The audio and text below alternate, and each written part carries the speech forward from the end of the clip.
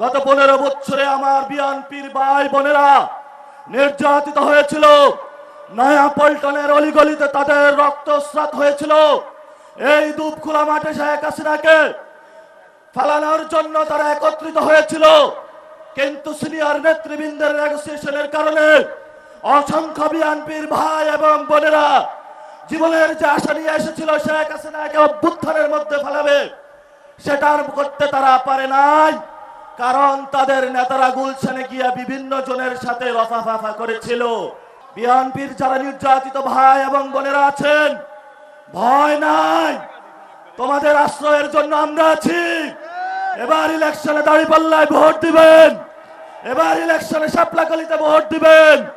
আজকে এখানে শহীদের বাবা রয়েছে, আমাদের অসংখ্য ভাই এখানে হসপিটালে কাতরাচ্ছে, কারো চোখ নাই, কারো হাত নাই, তারা অপেক্ষা করছে শেখ হাসিনা বিচারের কাস্টে ঝুলবে, বাংলাদেশ নতুন করে দাঁড়াবে, বাংলাদেশ গণ অভ্যুত্থানের যে স্পিরিট আছে তা নিয়ে নতুন ভাবে এগিয়ে যাবে। কিন্তু দুঃখের বিষয় আমরা কি দেখতে পেলাম? আমরা মনে করেছিলাম লন্ডন থেকে বাংলাদেশের মানুষের কাছে আসবে এমন এক নেতা যার মাধ্যমে চাঁদাবাজি শেষ হবে, দুর্নীতি শেষ হবে, সন্ত্রাস শেষ হবে। কারণ গত 15 বছরে আমার বিএনপির ভাই বোনেরা নির্যাতিত হয়েছিল। নয়া পল্টনের অলিগলিতে তাদের রক্তস্রাত হয়েছিল।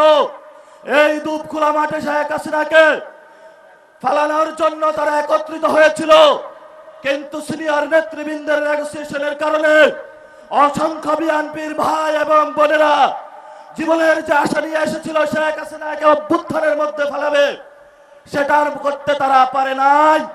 কারণ তাদের নেতারা গুলশানে গিয়া বিভিন্ন জনের সাথে রফাফাফা করেছিল।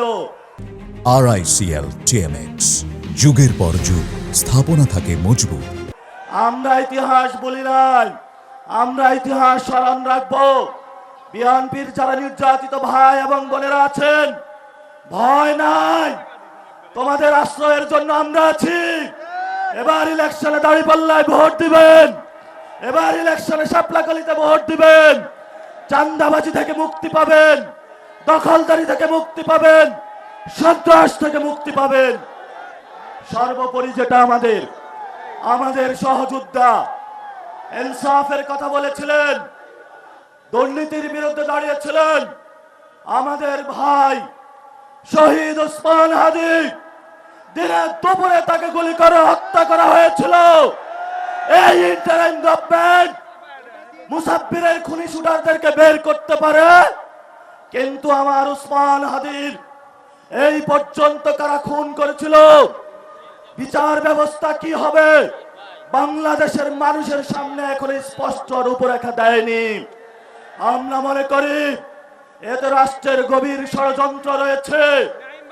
আমরা অপেক্ষা করছি, আমরা আগামী 12 তারিখে গণভোটে হাঁকে জয়যুক্ত করে, দাঁড়িপাল্লাকে জয়যুক্ত করে, শাপলাকলিকে জয়যুক্ত করে, ঘড়ি মার্কাকে জয়যুক্ত করে, ছাতা মার্কাকে জয়যুক্ত করে আমার ভাই ওসমান হাদির প্রতিশোধ নিব এবং ইনসাফের রাজত্ব কায়েম করব ইনশাআল্লাহ।